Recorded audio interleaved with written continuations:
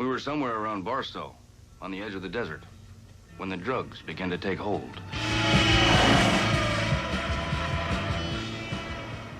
Those are the immortal opening lines of Fear and Loathing in Las Vegas, which hit theaters in May of 1998. This was a film that arrived not quietly, but in a screech of tires, a plume of desert dust, and a haze of chemically induced mania. It didn't really premiere. It crash-landed into public consciousness like a flaming Cadillac convertible driven by a pair of sunburned lunatics on a bad trip through the American psyche. Directed by the anarchic and endlessly imaginative Terry Gilliam, and adapted from Hunter S. Thompson's notorious 1971 novel, the film stars Johnny Depp and Benicio del Toro as Raoul Duke and Dr. Gonzo, two men spiraling through Las Vegas in a chemically supercharged quest that pretends to be journalism but quickly dissolves into something closer to metaphysical collapse. From the outset, the film seemed engineered to split its audience down the middle. Viewers either recoiled in confusion and disgust or embraced it as a nightmarish masterpiece. Critics were sharply divided. The box office returns were lukewarm at best,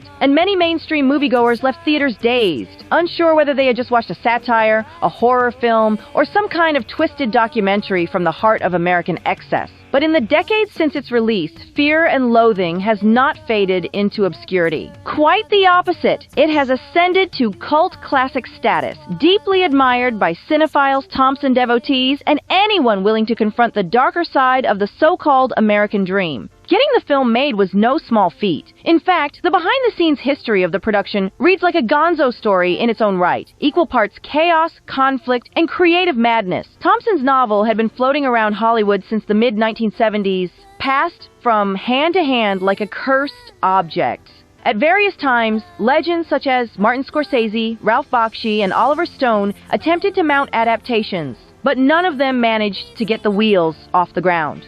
It wasn't until the early 1990s that producer Leila Nabolsi, a longtime friend and supporter of Thompson, was able to finally bring the project to life. Even then, the development process was fraught with problems. Disputes over directors, studio reluctance, screenwriting credit wars, and casting shakeups all plagued the project. At one point, it seemed like the film would go ahead without Johnny Depp or Benicio del Toro. But when Terry Gilliam signed on, and Universal Pictures agreed to distribute, things finally aligned, if only barely. Johnny Depp threw himself into the role of Raoul Duke with a sort of obsessive commitment that borders on possession. He didn't just study Thompson, he moved into his home, dug through his archives, wore his actual clothes, and even drove his real red Chevrolet Caprice convertible, famously known as the Great Red Shark. Benicio del Toro underwent a radical physical transformation to play Dr. Gonzo, ballooning his weight and submerging himself in the twisted psyche of Oscar Zeta Acosta, the real-life figure on whom the character was based. Both actors committed to an authenticity that extended far beyond performance. They weren't just playing these characters, they were living them. The production itself mirrored the wild narrative it was trying to bring to life. Gilliam, a visual maestro known for his surreal storytelling, collaborated with cinematographer Nicola Pecorini to create an aesthetic that was itself on drugs. They meticulously designed the visual grammar of the film to reflect the chemical states of the characters. Each substance in Duke and Gonzo's pharmacopoeia, from mescaline to ether to LSD and adrenochrome, was paired with specific lens choices, color temperatures, and camera movements to simulate the subjective experience of being under the influence. For instance, when mescaline kicks in, Vegas turns into a hellscape of warping neon and melting faces. When ether takes over, the camera stumbles, light levels dim, and reality goes slack and unsteady. Gilliam refused to provide a safe harbor for the audience. He wanted them fully submerged in the disorientation. The story, for those trying to follow it, begins with one of the most quoted lines in all of 90s cinema. We were somewhere around Barstow, on the edge of the desert, when the drugs began to take hold. From that moment on, the movie becomes a kaleidoscopic freefall into a city that already feels like a hallucination without drugs. Duke and Gonzo are ostensibly in Las Vegas to cover the Mint 400, a dusty off-road motorcycle race in the desert. But the race is just a footnote. The real journey lies in the duo's complete surrender to their chemical arsenal and the psychological wreckage it produces. Their hotel suites transform into carnivalesque battlegrounds. Lizard people dance on casino floors. Diners are threatened. Teenage girls are possibly kidnapped. There is vomiting, paranoia, loathing, and somewhere buried in it all, a lingering sense of spiritual grief. As the film unspools, it becomes increasingly clear that this is not about drugs per se. It is about what happens to a country when its ideals are fed through the meat grinder of commercialism, war, and cultural rot. Gilliam doesn't glamorize the madness. He doesn't celebrate it. In fact, as the movie progresses, the initial energy of the trip curdles into dread. Gonzo becomes violent and unstable. Duke begins to lose control of the narrative. The visuals become oppressive, claustrophobic. The characters are not having fun. No one is. The audience isn't supposed to. And that's the point. This was never just a drug movie. Despite the hallucinations, the frantic pacing, and the towering mountain of substances that would make most toxicologists shudder. On the surface, yes, Fear and Loathing in Las Vegas is filled with scenes of chaotic debauchery and twisted visual excess. But beneath all the mescaline and ether is something far more pointed, a political scream muffled beneath casino carpet, echoing from the back rooms of America's most absurd temples to consumerism. The film functions as a dark elegy, a loud and messy funeral for the countercultural optimism of the 1960s. It's a rage-fueled lament for an era when youthful idealism seemed on the verge of transforming the country, only to buckle and rot under the crushing weight of Richard Nixon's presidency, the brutality and disillusionment of the Vietnam War, and the slow, poisonous rise of cultural burnout. Hunter S. Thompson's now iconic wave speech appears in full midway through the film, a monologue that hits like a thunderclap amidst the psychedelic chaos. It's one of the only times the movie slows its manic pace and allows a moment of clarity to cut through the fog. In this monologue, Thompson reflects on the brief, shining moment when it felt like things were going to change for the better, and how that hope vanished, leaving behind a strange, empty shell of the movement. It's a quiet, mournful passage that shifts the tone of the film entirely, revealing that what we're watching isn't a celebration of mindless excess. It's the aftermath.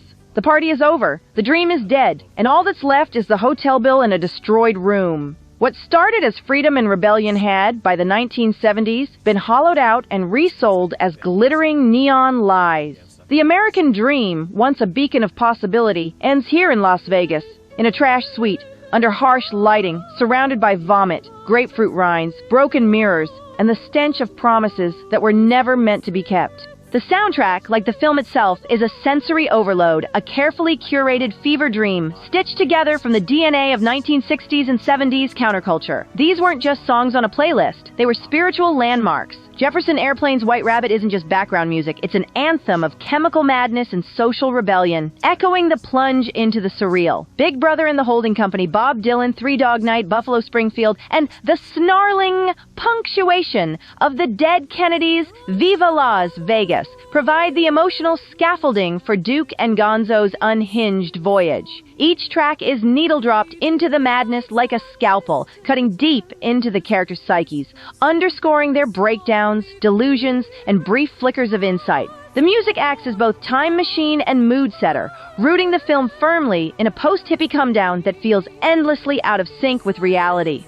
Johnny Depp's narration is what ties this chaos together. Nearly every word lifted directly from Thompson's original text, it serves as the spine of the film, giving coherence and literary depth to what might otherwise dissolve into incoherence. His voice is not just narration, it's an internal monologue that functions like an oracle, channeling Thompson's acerbic wit and brutal observations about America. Without this voiceover, the film would likely disintegrate into a string of unconnected visual freakouts. With it, the audience is given a map, albeit a blood-stained, half-burned one, through a disorienting landscape of cultural decay and existential dread.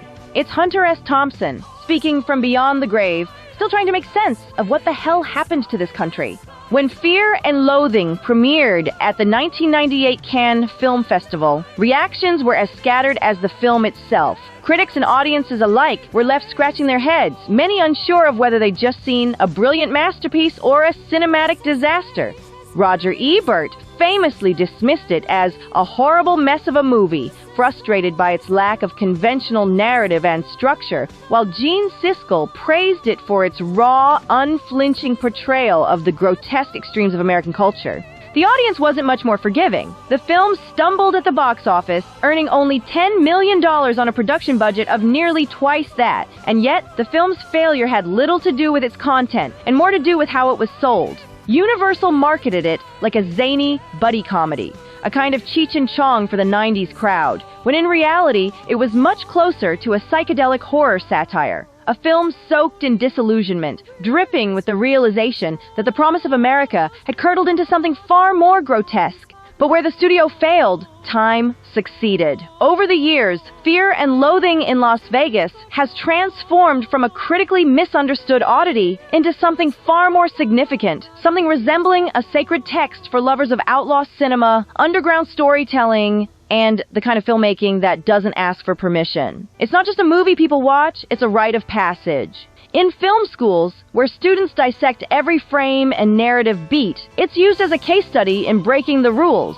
In college dorm rooms, it flickers late into the night on battered TVs and laptops, often passed along like contraband. And in smoky basements and midnight screenings around the world, it plays on loop for those who see it not just as entertainment, but as gospel for the disillusioned.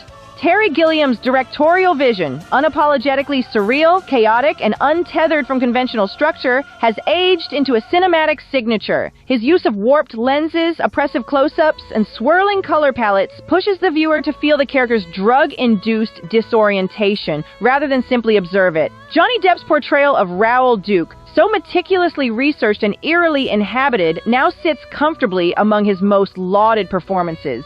It wasn't just mimicry, it was embodiment. He didn't act like Thompson. He became him. And Benicio del Toro's terrifying, unpredictable Dr. Gonzo is no less iconic, a volcanic presence on screen that perfectly captures the paranoia and mania of a man whose reality has long since slipped the rails. As time passed, critics who once panned the film began to take a second look, this time with less resistance and more insight. What once seemed indulgent and directionless revealed itself to be sharply intentional. The film wasn't confused, its viewers were. A new generation, raised in a different cultural context, began to understand what Gilliam and Thompson were really getting at. The wild costumes, incoherent dialogue, and grotesque visual style were never meant to be funny in the traditional sense. They were a grotesque parody of a country unraveling at the seams. Far from being a glorified drug movie, it was a film about decline, of ideals, of ethics, of dreams, and about what's left when the high wears off.